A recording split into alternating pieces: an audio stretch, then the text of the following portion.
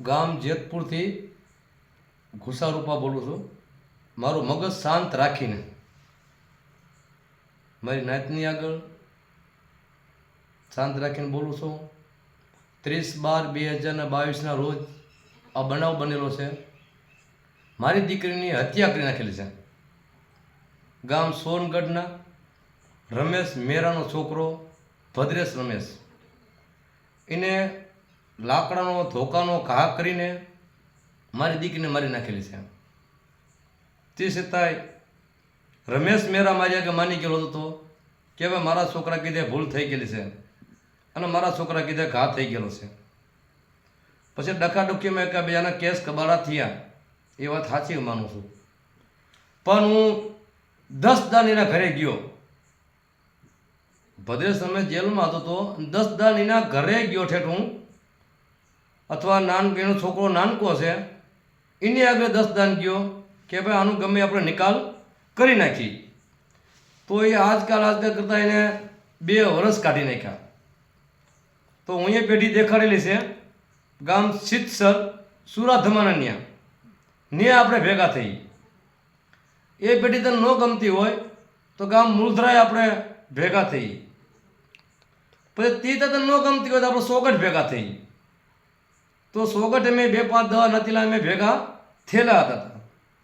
તો રમેશ મેરાને મારું કીધેલું હતું કે રમેશ મેરા એક છોકરી તું રાખ ને એક છોકરી હું રાખું.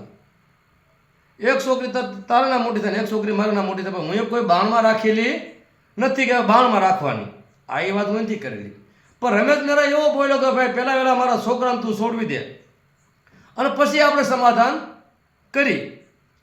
રમેશ મેરા આવું બોલ્યો કે પહેલાં વહેલા તું મારા છોકરાને પહેલાં બહાર કાઢી દે અને પછી આપણે આ સમાધાન આપણે કરી. તો આપણે જો નાઇટમાં જો કાયદા હોય કે ભાઈ પહેલાં વહેલા સમાધાન કરી પછી પહેલાં માણસને બહાર કાઢી પછી સમાધાન કરી, આવો નાઇટનો કાયદો ક્યાંય મરી ગયો નથી. પણ રમેશ મેરા કાં તું એમ કહે ભાઈ કે હું એ મારી જ નથી મારા છોકરાએ, અને કાંઈ એમ કે હું મને મારી છે. તો આજથી લગભગ 6 મહિના પહેલાં તું એ મને એવું કીધેલું કે ભાઈ હું ક્યાંય નાઇટમાં નીકળીશ નહીં, ઘોઘાબારામાં કે ખારાપાટમાં કે ભાલ પથકમાં હું ક્યાંય નીકળવાનું સૌ નહીં. અને આ બાજુના પથકમાં કે ગઢુડાના કાયદા પ્રમાણે ગઢુડાના કાયદા મુજબ કે ભાઈ મને 10 વર્ષનો વારો આવે એમ છે. આવું મેં જાણ્યું છે. આવું કોણ મને બોલે છે? રમેશ મેરા મને બોલે છે. બરોબર છે. પણ તે છતાંય એને રમેશ મેરા એવું કીધું કે આપણે ક્યાંય જવું નથી અને આપણે શોખીની ભજન રાખીને ડાકલી પ્રમાણે આપણો નિર્ણય આપણે કરી નાખી. તો મારીને મારો કહ્યું તો એને મારી નાખી. બધું ના ડાકલી ફાકલી છે નહીં દીધી, ના ડાકલી છે નહીં મને કહો. એટલે જે આજકાલ એ વિડીયા ઉતાર્યા છે 2-5 જણા નાતીલા ભેગા થઈને સોનગઢા છે, જે નાતીલા હગા હોય, બરોબર છે. પણ જામીન લ્યો તો આજથી લગભગ કોણ આપણે ભાઈ રામધરીનો માણસ એનો હગોનો ભાણિયો કે ભાઈ હું તારા ઘરના ખૂણે આવું છું, પણ મારા ઘરના ખૂણે આવ્યો નથી. પછી એનો હગો જે ભાઈ નાનકાનો હારો જે છે એનો વેવાય જે છે એ જામીન લ્યો તો પણ એ બાકી આવ્યો નથી. પણ આજથી હું તમને કહું છું, મારી નાત 2 હાથ જોડીને તમને કહું છું કે સુરાધમાની પેઢી આવો, ખાટા ગભાની પેઢી આવે, અથવા દેવાળા આવે ભાઈ સુરા હાગુની પેઢી આવે, એ તમને ન ગમતું હોય તો અથવા આપણે ગમે એના વિદાયમાં ગમે એના બહાર નીકળી જઈએ તો તારા ખારાપટ પર તારા નથી આવું, તારા ભાલમાં નથી આવું, તારે કોઈ તારા હવા પથકમાં નથી આવું, તો તારે આવું તારે ક્યાં? તું મારા એની ઘાંગળી એક દેખાડે છો, એક તારી એની ચેવી કે ભૂલી ગયો ભાઈ રામધરી દેખાડે છો. ભાઈ કોઈના આગળ મારે આવું નથી, તારા આગળ નથી આવું, એ મારા આગળ તારે નથી આવું, બહાર ગમે એના વિદાયમાં નીકળી જઈ. અને તું આમાં દેવસા લખે છો, બરોબર છે. તો એક કામ કર, તારી પેઢી નહીં મારી પેઢી નહીં આપણે નારી રખે ભેગા થઈ આપણે. અને નારી રખવું તને ન ગમતું હોય, તારી પેઢીમાં તું આવું ના તને ન ગમતું હોય, નારી રખે તને ન ગમતી હોય તો આપણે કઈ પેઢી ભાઈ કોળિયાત ભેગો થા, સુરા બોગાસેરાની પેઢીએ ભેગો થા, કોળિયાત બોગાસેરાની પેઢીએ ભેગો થા. અને બીજું કઈ ભાઈ બીજી પેઢી છે વલભીપુર ભેગો થા, કમાધુરાની પેઢીએ. આ તારા હલ્લાની પેઢી હું દેખાડું છું. અને જો મારા હલ્લામાં આવવું હોય તારે હવા પથકમાં આવવું હોય તો સાવરકુંડલા ભેગો થા, રૂપા સોતાની પેઢીએ ભેગો થા, અથવા અમરેલી ભેગો થા, સગન હરજીની પેઢીએ ભેગો થા. અથવા તારે બોરડા ભેગું થવું હોય તોય તારે છૂટશે, અથવા તારે મવા ભેગું થવું હોય તોય તારે છૂટશે, અથવા તારે ગલથર ભેગું થવું હોય જીવન સામાન્ય પેઢી તોય બાકી છૂટશે હવા બેઠકમાં. ના તું એમ કહી રહ્યો ના તો મને કાપી નાખે. હવા પથકમાં તું મને એમ કહી રહ્યો છે કે તું મને કાપી નાખે, તો તારે ભેગું ક્યાં થવું છે?